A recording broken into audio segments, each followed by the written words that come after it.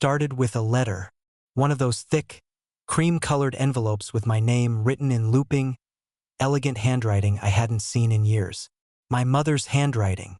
I found it buried under a stack of bills on the kitchen counter. I'd been avoiding the mail for days, too wrapped up in the monotony of work and household chores to bother with mundane things like paying the electric bill or sorting through endless credit card offers. But that envelope caught my eye. It felt heavy in my hands, the paper cool and crisp like it had been sealed with a sense of urgency. I almost didn't open it. Years of silence between us had created a chasm too wide to cross. Our last conversation had been an argument, sharp words thrown back and forth until neither of us had the strength to continue. After that, I walked away and promised myself I wouldn't look back. But curiosity is a stubborn thing. I tore open the envelope, my fingers trembling. Inside, there was a letter written in the same precise handwriting I remembered from childhood. My mother's words were careful, deliberate, and haunting. She said she was dying, that her time was running out and she needed me to come home, that there were things I needed to know, things she had kept from me, supposedly for my own protection. The word protection lingered in my mind, like a bruise that wouldn't fade. Protection from what? Or from who? I spent the rest of the day turning the letter over in my hands, reading and rereading the same sentences until they felt like a puzzle I couldn't solve. My husband, James, came home late that night, his shoulders slumped and his eyes hollow from exhaustion. He asked me how my day had been, but I barely responded. The letter was a weight I couldn't shake. When I finally told him about it, his reaction was strange. Instead of the concern or sympathy I expected, there was hesitation. He told me to forget about it, to leave the past buried where it belonged. That was the first time I realized he was afraid. Couldn't sleep that night. My mind kept circling back to the letter, my mother's words etched into my thoughts like a brand. By morning, I had made my decision.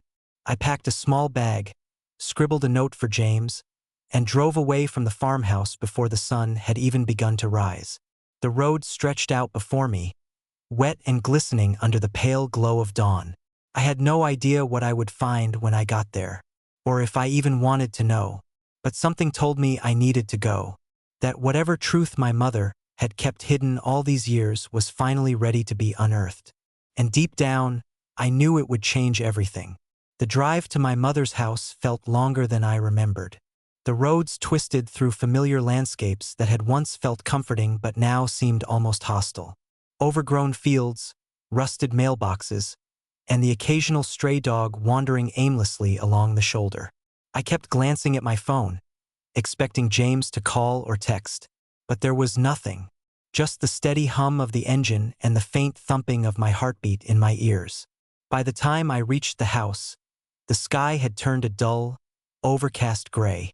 The old Victorian house stood at the end of a gravel driveway, its paint chipped and weathered, its windows dark and uninviting. It looked like it had been abandoned for years, but I knew better. My mother never left this place, not even when the world around her moved on. I stepped out of the car and made my way to the front door. The air was cold and still, the kind of chill that seeps into your bones and settles there. The door creaked as I pushed it open, the hinges groaning under the weight of neglect. The smell hit me first, dust and mildew mixed with something faintly medicinal, the kind of scent that clings to hospital rooms and lingers on the skin like regret. I called out to her, but my voice echoed through the silence, bouncing off walls that hadn't heard my presence in years. Nothing, just the low creak of the house settling, the way it always did when the wind shifted or the temperature dropped. I wandered through the rooms, my footsteps muffled by the faded carpeting.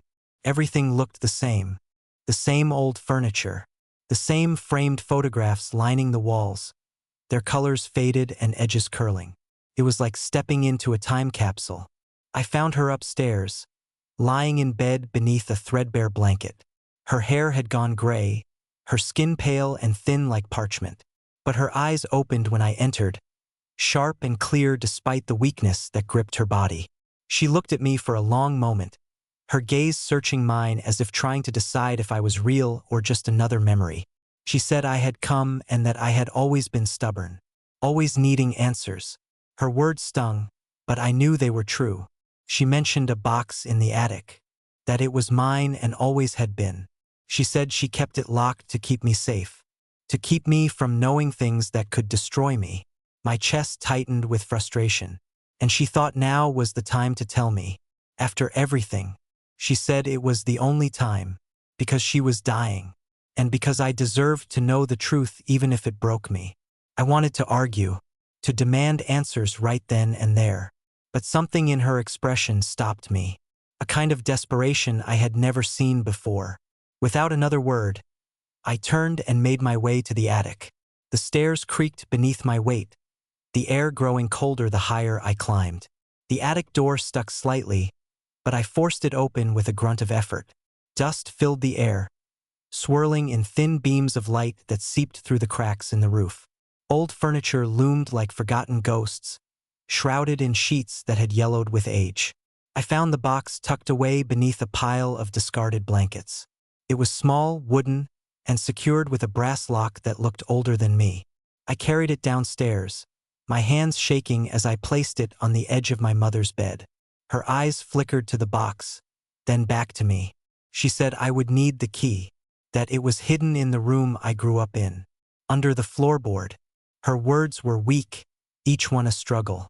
I wanted to ask her why she had gone to such lengths to hide something that was apparently so important, but I held my tongue. Instead, I turned and left the room, my footsteps echoing down the hallway.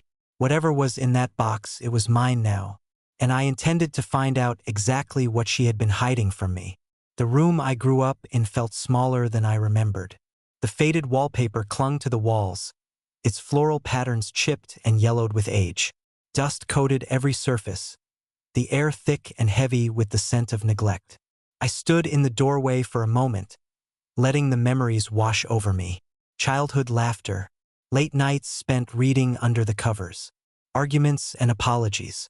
It was all there, lingering like ghosts trapped between the cracks of the floorboards. The key. She said it was hidden beneath the floorboard, a secret buried in the place where I had once felt safe. I dropped to my knees, my hands tracing the edges of the worn wooden planks. It took several minutes of searching before my fingers caught on something loose. I pried the board up, my breath hitching as I revealed the hollow space beneath. The key was there, small, tarnished, its metal cool against my skin. I held it tightly, feeling the weight of its significance. Whatever my mother had locked away, she had gone to great lengths to keep it hidden. I returned to her bedroom, the key clutched tightly in my hand. Her breathing was shallow, her eyes closed as if even the effort of speaking had drained her completely.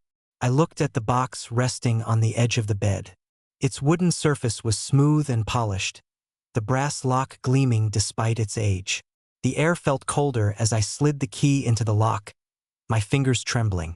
The mechanism clicked, the sound sharp and sudden in the quiet room. I lifted the lid, the hinges groaning softly. Inside, I found a collection of documents, letters, photographs, and something that looked like a journal.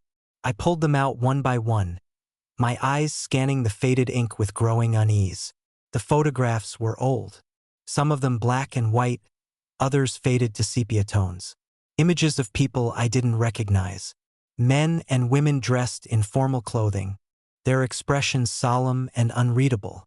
But one photograph caught my attention, a woman holding a child. The woman was my mother, but younger, her hair dark and glossy, her smile brighter than I had ever seen it, and the child she held in her arms was me. But there was something wrong. The photograph was dated years before I had been born, and the back bore a message written in my mother's handwriting. Her name and another name I didn't recognize.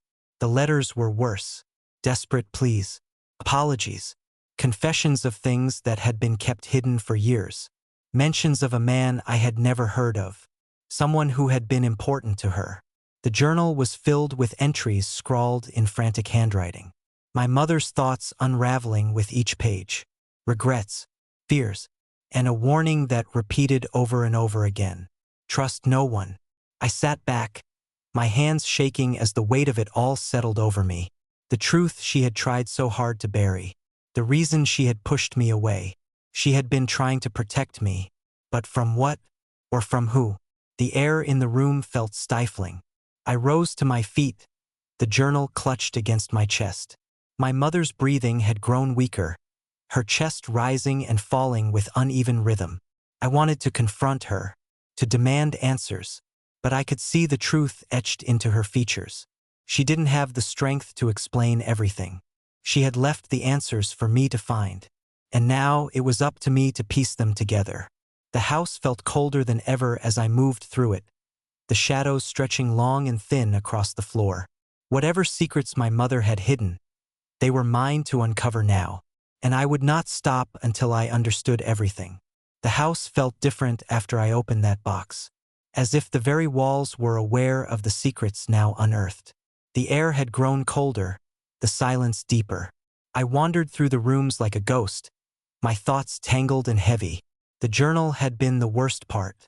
Pages upon pages of my mother's thoughts unraveling, her words frantic and disjointed. She had written about a man named Thomas, someone she had loved and lost, someone I had never heard of. The entries described their relationship in vivid detail, how they had met, how they had fallen in love, but also how everything had fallen apart. Betrayal, desperation, fear, and a child. The implications had been hard to swallow. The idea that my father wasn't who I thought he was, that my entire life had been built on a foundation of lies. I read through the journal until my eyes burned, my fingers trembling as I traced the ink-stained pages. The last entry was different, shorter, more frantic. She had written about danger, about people who were watching, about something she had been trying to protect me from. Trust no one. Those words repeated over and over again, a warning etched into my mind. I spent the next few hours piecing through the documents. Letters written by Thomas, legal papers that hinted at some kind of dispute, and photographs that painted a picture of a man I had never known. There were birth certificates, adoption papers, things that made me question everything I had ever believed about my own identity. But the truth remained elusive, like a puzzle with too many missing pieces. I heard my mother's breathing from down the hall. It had grown shallow and uneven, her strength fading with each passing hour. Part of me wanted to stay by her side, to offer comfort in her final moments. But another part of me burned with the need for answers. I couldn't leave the house, not until I understood everything she had kept hidden from me. My phone vibrated in my pocket, the screen flashing with James's name. I ignored it. He had been calling and texting for days, his messages growing more desperate with each attempt. I knew he was worried, but I couldn't bring myself to explain what I had found. Not yet. Not until I made sense of it all. Night crept in, the darkness settling over the house like a shroud. I moved through the rooms with cautious steps, my eyes searching for something I couldn't name. Every creak of the floorboards, every whisper of the wind outside made my nerves tighten. The feeling of being watched clung to me, a chill that refused to leave. I returned to my mother's bedroom, my steps slow and hesitant. She looked smaller than ever, her body frail and shrunken against the pillows. Her eyes were closed, her breathing ragged. The journal lay open on the bed beside her. I picked it up, my fingers tracing the edges of the worn leather cover. Whatever danger she had feared, it was still out there, and it was still hunting me. I made my way back to the living room, my mind churning with possibilities. My mother had been trying to protect me from something, or someone, but who and why? The answers were buried somewhere within those documents, tangled up in my mother's desperation and regret. I just had to keep searching, and I would, even if it meant tearing apart everything I thought I knew about my own life. Sleep felt impossible. I spent the night sorting through the documents, my eyes straining against the dim light as I tried to make sense of everything my mother had left behind. Names, dates, letters filled with half-truths and confessions. The deeper I dug, the more lost I felt. The journal had mentioned a man named Thomas, someone my mother had loved before I was even born. But there were no details about what had happened to him.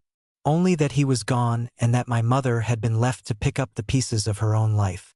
I kept returning to that warning scrawled throughout the journal. Trust no one. It echoed in my mind, twisting everything I thought I knew about my own family. By morning, exhaustion had settled into my bones. I made myself coffee and sat at the kitchen table, surrounded by papers and photographs that felt like they belonged to someone else's life. My phone buzzed again. Another call from James. I stared at the screen, my fingers hovering over the button to answer. But something held me back. A suspicion that had been growing ever since I found that box. James had been distant lately. His explanations for late nights at work had felt hollow, his reassurances forced. I had tried to convince myself it was all in my head, that the stress of everything was making me paranoid. But the more I read through the journal, the more I wondered if my mother's paranoia had been justified. I left my phone on the table and returned to the documents. There were letters addressed to my mother from people I didn't recognize. Some were filled with kindness, offers of help and support. Others were more sinister, warning her to stay away or face the consequences. One letter in particular caught my attention. It was written in neat, precise handwriting and dated years before I was born. The writer claimed to know things about Thomas, that he had made powerful enemies, that his disappearance had not been accidental. My hands shook as I read and reread the letter. If it was true, then my mother had been running from something far worse than her own regrets. The door creaked behind me, the sound jolting me from my thoughts. My head snapped up, eyes darting toward the hallway. For a moment, I thought I was imagining things, but then I heard it again. Footsteps, slow and deliberate. I rose to my feet, my heart pounding in my chest. The house had been empty when I arrived. The doors locked, the windows closed. So who was there now? I moved through the rooms cautiously, my breath shallow. The silence pressed down on me, thick and heavy. Every shadow felt like a threat, every creak of the floorboards a warning. When I reached the front door, it was still closed, still locked, but the feeling of being watched remained, clinging to me like damp air. I returned to the living room, my hands trembling as I gathered the documents and shoved them into a bag. Whatever danger my mother had feared, it was real, and it was still out there. I needed answers, and there was only one person who might have them. Margaret, my mother's oldest friend. The woman who had been there through everything, who had helped my mother start over when her life had fallen apart. I grabbed my keys and left the house without looking back. The road stretched out before me, unfamiliar and foreboding. But I couldn't stop now. The truth was waiting, and I intended to find it. The drive to Margaret's house felt like a blur. My thoughts twisted into knots as I tried to make sense of everything. The journal, the letters, the warnings, and the creeping suspicion that James was somehow connected to it all. Margaret's house was tucked away at the edge of town, surrounded by overgrown hedges and flowering trees that had seen better days. It looked quiet, safe, but I knew better than to trust appearances. I parked the car and made my way to the front door. My hands trembled as I knocked, the sound echoing through the stillness. Moments later, the door swung open, and Margaret appeared. Her hair had turned silver, her eyes sharp and discerning. She recognized me instantly, her expression softening into something that resembled pity. She invited me in, her voice calm and measured. I followed her into the kitchen, where the scent of coffee and lavender mingled in the air. I wasted no time explaining why I had come. I told her about the journal, the letters, the photographs, everything my mother had kept hidden from me. Margaret listened, her expression growing more serious with each word. When I finished, she let out a long, weary sigh. She admitted that she had known about Thomas, that my mother had confided in her years ago, desperate and afraid. Margaret had helped her start over, providing shelter and support when no one else would. But there were things Margaret didn't know. Details my mother had kept to herself, locked away along with the truth. Margaret described Thomas as a man whose ambition had drawn powerful enemies. Business rivals, corrupt officials, people who saw him as a threat. He had been wealthy, influential, but also reckless. She told me that my mother had been terrified of what would happen if anyone discovered their connection, that she had gone to great lengths to protect me from whatever darkness had surrounded Thomas's life. But there was something else in Margaret's expression. Something she was holding back. I pressed her for more, my frustration bubbling over. Margaret hesitated before admitting that my mother had sent her a letter shortly before she died. A letter filled with regret and fear. The letter had warned Margaret to stay away from me, to avoid contact and leave the past buried. My mother had been convinced that the danger was still out there. Watching, waiting. Margaret confessed that she had tried to respect my mother's wishes, but she had also been worried. She had watched from a distance, keeping tabs on my life without ever interfering. I asked her if she had told anyone else about the letter. About me. Margaret hesitated, her gaze faltering before she admitted that James had contacted her. Days earlier, he had called, asking if she had heard from me. His voice had been anxious, desperate. The admission hit me like a punch to the chest. James had known I would go to Margaret, and he had tried to prevent me from finding the truth. Margaret urged me to be careful, to leave the past alone and return to my life before it was too late. But I couldn't. Not now. I left Margaret's house with more questions than answers. The air felt colder, the shadows longer. My own fear pressing down on me like a weight I couldn't shake. James had been hiding something, and whatever it was, I intended to find out. The drive back to the farmhouse felt endless. My thoughts churned like a storm, tangled with doubts and half-formed theories. James had tried to keep me away from the truth. He had gone behind my back, contacting Margaret, pretending to be concerned. But his fear felt real. The desperation in his voice during our last conversation still echoed in my mind. It was as if he had been trying to protect me, or maybe trying to protect himself. The farmhouse loomed in the distance, its darkened windows watching me approach like silent, unblinking eyes. I parked the car and stepped out, the cold air biting at my skin. Inside, the silence was thick and oppressive. I made my way to the living room, my hands trembling as I spread the documents out across the table. Photographs, letters, journal entries, the pieces of my mother's life that she had kept hidden from me. I forced myself to read through the letters again, my eyes skimming over familiar lines of desperation and regret.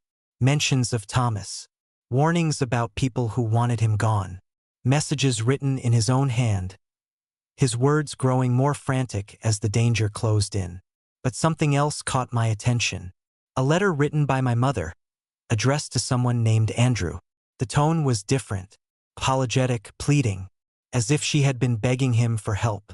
I flipped through the pages, searching for more references to Andrew. And then I found it. A business card tucked between two faded photographs. The name Andrew Caldwell printed in bold letters. Beneath it, an address. My heart thudded against my ribs. Caldwell. The same name my mother had mentioned in the journal. The same name that had haunted her for years. I stared at the card, my thoughts racing. If this Andrew Caldwell was connected to Thomas, then he might be the key to everything. The missing piece of the puzzle. Without thinking, I grabbed my phone and dialed the number printed on the card. The line rang twice before a man's voice answered. Calm, measured, with the kind of authority that came from years of practice. I introduced myself and told him who my mother was. The silence that followed was thick and uncomfortable, as if he was deciding whether to speak or hang up. But then he asked me to meet him, to come to his office and discuss what I had found. His tone was careful, deliberate, but there was something else there, a kind of urgency that matched my own. I ended the call and stared at my phone, my hands shaking. The address on the business card was hours away. But I didn't care. I needed answers. I packed my things, shoving the documents into a bag and locking the farmhouse behind me. The road stretched out before me, dark and unfamiliar. But I drove on, my focus narrowed to a single point. Andrew Caldwell. Whoever he was, he had been part of my mother's life. And he held answers I couldn't find on my own. As the miles slipped by, my phone buzzed with another call from James. I ignored it. His voice felt like a distraction, a thread pulling me away from the truth. By the time I reached the city, the sky had grown pale with the first light of dawn. My eyes ached from exhaustion, my body heavy with fatigue. but the need for answers kept me moving. I found the office building, its glass facade gleaming in the early morning sun. I took a deep breath and stepped inside, my pulse quickening with each step. Whatever lay ahead, I was ready to face it, even if it meant tearing apart everything I thought I knew. The office building felt sterile and cold. Polished floors, glass walls, artificial lights humming with a faint, almost imperceptible buzz. Everything about the place felt calculated, designed to project power and authority. I made my way to the receptionist's desk, my voice cracking slightly as I asked for Andrew Caldwell. The woman behind the desk raised an eyebrow before making a call, her voice low and professional. Moments later, a man appeared in the hallway, tall, with salt and pepper hair and sharp eyes that seemed to take in everything at once. His presence was commanding, his gaze direct and unflinching. He introduced himself as Andrew Caldwell and invited me into his office. The room was spacious but minimalist, devoid of personal touches. Just sleek furniture and floor-to-ceiling windows that overlooked the city. I explained who I was, my words tumbling out in a rush as I recounted everything I had uncovered. The journal, the letters, the warnings my mother had left behind. The way she had spent her life running from something I still couldn't fully understand. Andrew listened without interrupting, his expression unreadable. When I finished, he let out a long breath and leaned back in his chair. He admitted that he had known my mother, that she had once been part of something much larger than herself, something tied to Thomas Caldwell's business empire. But it was more than just business. It was politics, power, influence, and enemies that didn't hesitate to destroy anyone who stood in their way. Thomas had made powerful rivals, people who had seen his success as a threat. They had tried to ruin him through legal battles, financial sabotage, even outright violence. And when he refused to back down, they had gone after the people closest to him. Andrew explained that my mother had been caught in the crossfire, that her relationship with Thomas had made her a target. And when she discovered she was pregnant, she made the choice to leave everything behind, to disappear and protect me from the same danger that had destroyed Thomas. My stomach twisted as I listened. The truth was worse than I had imagined. My mother hadn't just been running from a painful memory. She had been hiding from enemies who had spent years hunting her. Andrew admitted that he had tried to help her once, that he had offered her protection, resources, anything she needed to stay safe. But my mother had refused. She had been determined to disappear completely, to erase any trace of her connection to Thomas Caldwell. I asked him if the danger was still real, if the people who had gone after Thomas were still out there. His expression darkened. He told me that some of them were gone, their power diminished over the years, but others remained. And if they discovered who I was, it would only be a matter of time before they came after me. I felt the weight of his words settling over me, cold and heavy. Everything my mother had done had been to protect me, and now, by uncovering the truth, I had put myself in danger all over again. Andrew offered his help. Resources, protection, whatever I needed to keep myself safe. But he also warned me that the only way to truly be free was to leave the past buried, to walk away and never look back. I left his office feeling more lost than ever. The truth had been laid out before me, but it only seemed to raise more questions. And the thought of running away felt like a betrayal of everything my mother had tried to protect me from. As I drove away from the city, my phone buzzed with another call from James. I stared at the screen, my hands trembling. Maybe he was trying to protect me. Maybe he was part of the danger. I didn't have answers, just fear and uncertainty and a growing sense that I was running out of time. The drive back to the farmhouse was filled with a kind of desperation I couldn't shake. Andrew Caldwell had given me answers, but they only seemed to lead to more questions. And the thought of returning home with everything unresolved felt unbearable. I kept replaying his words in my mind.